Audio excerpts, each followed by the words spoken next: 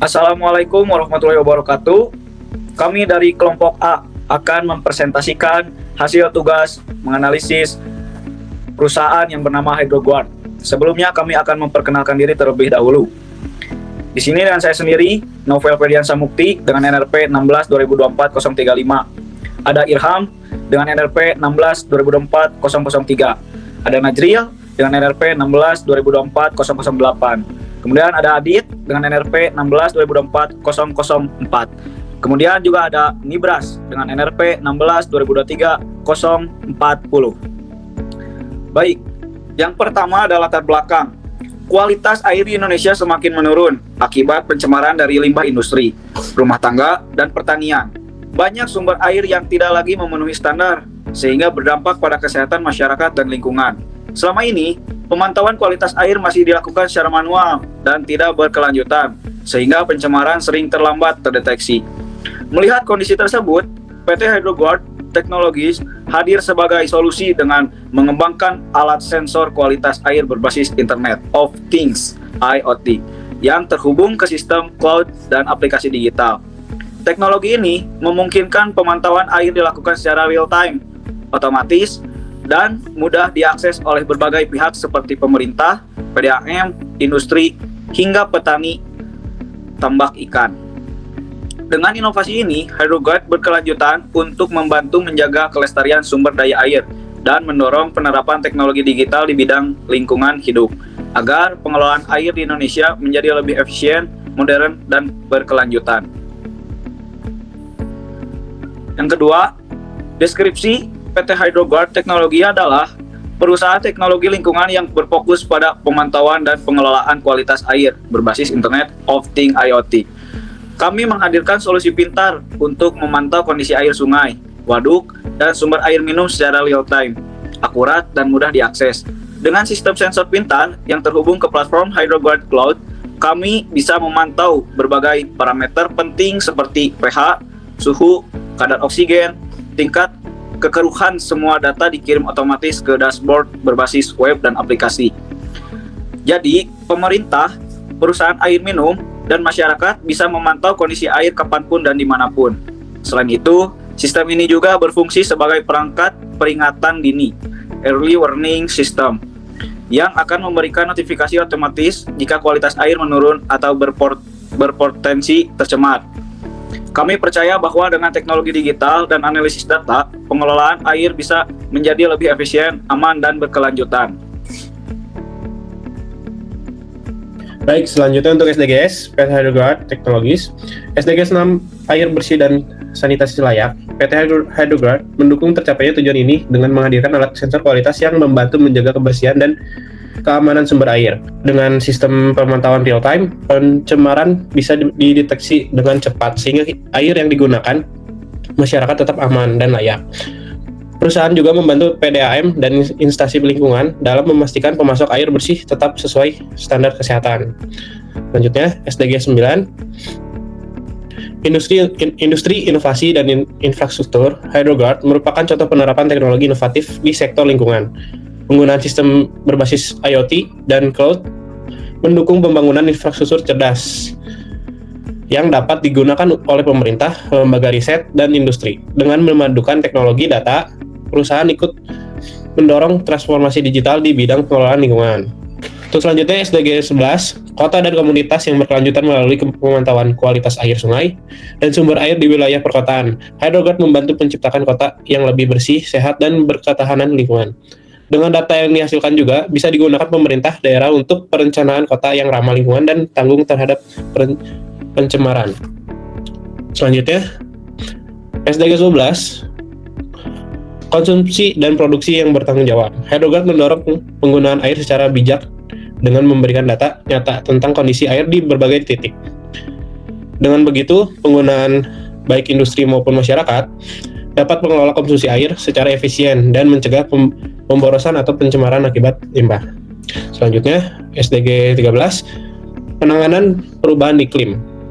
Melalui sistem deteksi dan analisis data lingkungan, HydroGuard membantu memantau dampak perubahan iklim pada kualitas air. Data yang dikumpulkan dapat digunakan untuk penelitian, kebijakan adaptasi iklim, dan tindakan cepat terhadap potensi pencemaran akibat perubahan suhu atau cuaca ekstrim. Untuk selanjutnya, analisis SWOT.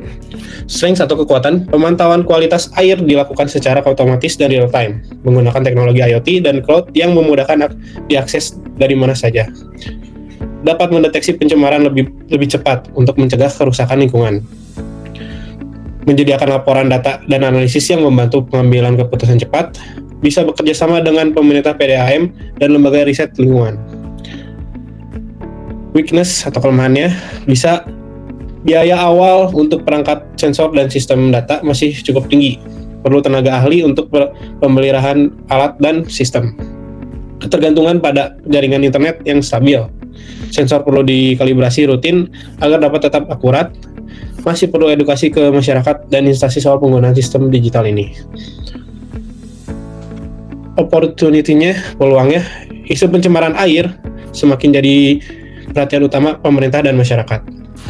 Dukungan pemerintah terhadap sistem digitalisasi lingkungan meningkat.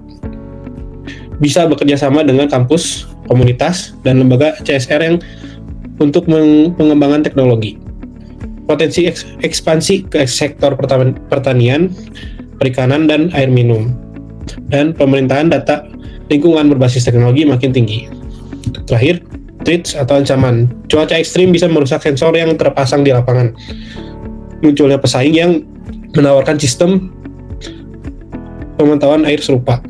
Belum ada standar regulasi nasional yang seragam untuk data lingkungan. Resiko serangan cyber terhadap data cloud. Terbatasnya anggaran pemerintah untuk proyek lingkungan berskala besar. Nah, selanjutnya ada TWS Matrix atau strategi TWS. Yang pertama ada strategi SO atau strategi dari Strength Opportunity, yang diambil dari poin Strength dan juga Opportunity. Yang pertama ada S1 dan 01, yaitu memanfaatkan teknologi real-time untuk mendukung program nasional pemantauan air bersih. Yang kedua ada mengembangkan sistem cloud yang mendukung program digitalisasi lingkungan pemerintah. Yang ketiga ada menawarkan fitur peringatan dini sebagai solusi utama dalam proyek CSR dan riset lembaga lingkungan.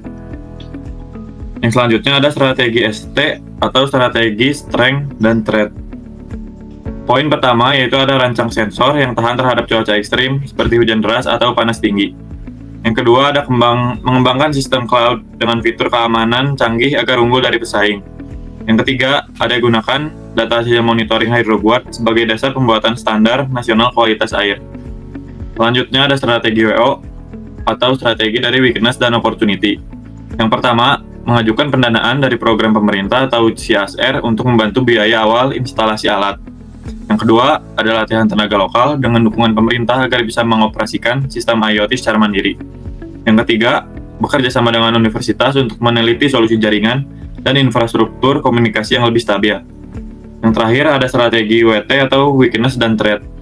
Yang pertama, gunakan bahan lokal yang tahan cuaca dan biaya produksinya lebih murah. Yang kedua, sediakan panduan pemeliharaan sederhana agar pengguna non-teknis tetap bisa menjalankan alat tanpa kesalahan. Yang ketiga ada buat mode offline agar sensor tetap bekerja meski jaringan internet terputus. Selanjutnya ada analisis Porter 5 Force dari PT HydroGuard. Yang pertama, ada ancaman pendatang baru atau threat of new entrants. Bisnis teknologi lingkungan semakin diminati karena isu lingkungan dan digitalisasi semakin penting.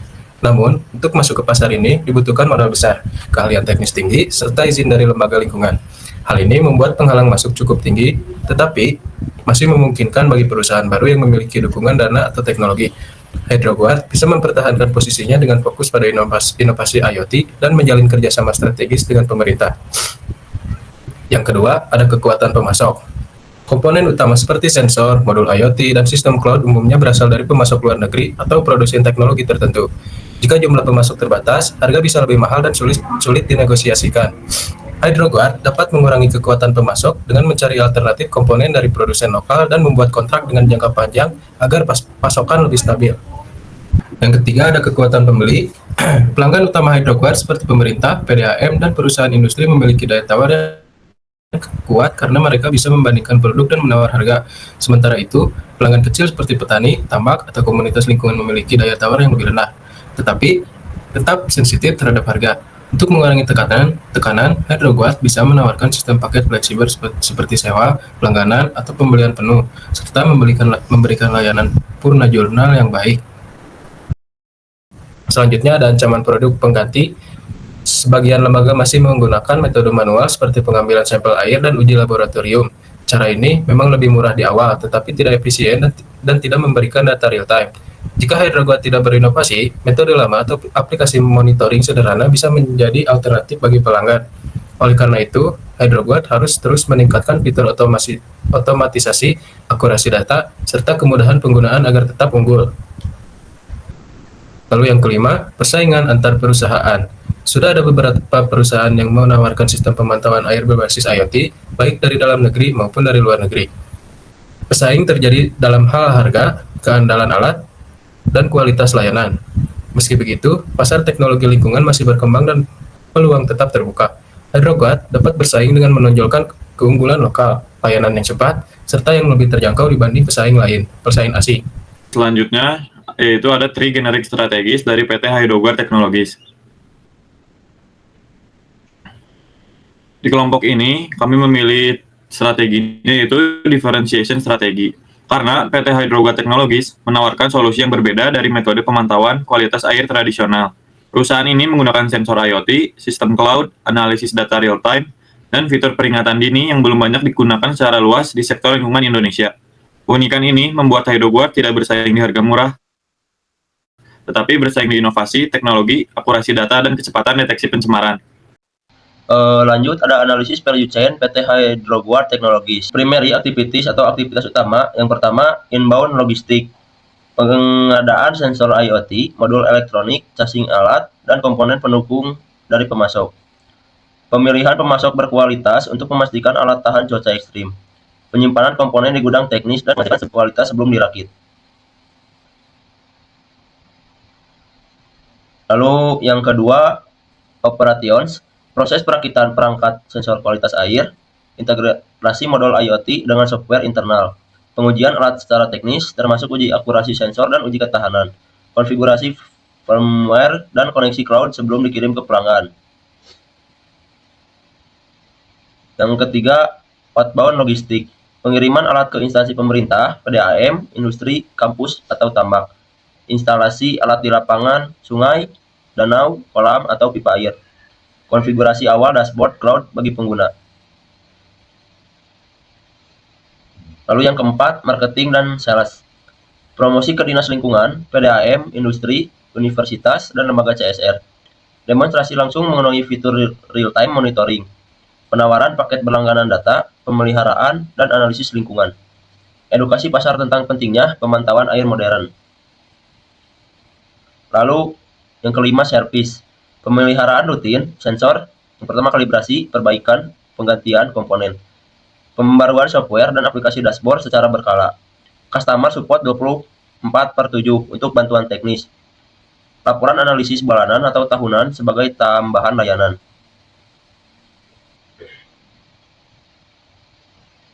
Lalu support activities atau aktivitas pendukung. Yang pertama, frame infrastruktur. Pengelolaan keuangan, legal, administrasi, dan tata kelola perusahaan. Penyusunan SOP install, monitoring, dan pemeliharaan. Manajemen kontrak proyek bersama pemerintah dan lembaga riset. Yang kedua, human resource management. Rekrutmen teknisi, analisis data, software engineer, dan tim sales. Pelatihan karyawan dalam IoT, cloud, keamanan data, dan lingkungan hidup. Sertifikasi teknisi untuk meningkatkan kualitas layanan. Yang ketiga, teknologi development. Riset dan pengembangan sensor kualitas air yang lebih akurat. Peningkatan dashboard cloud, Albas, prediction, dan visualisasi data. Pengembangan aplikasi mobile untuk monitoring dari mana saja. Sistem keamanan data dan enkripsi untuk mencegah serangan siber. Yang keempat, procurement. Pemilihan pemasok komponen teknologi terbaik dengan harga efisien. Negosiasi untuk menjaga kualitas dan kestabilan pasokan. Evaluasi rutin pemasok agar produk tetap kompetitif. Sekian presentasi dari kelompok kami. Mohon maaf bila ada kesalahan dan kekurangan. Wassalamualaikum warahmatullahi wabarakatuh. Jangan lupa like dan subscribe ya guys. Mwah.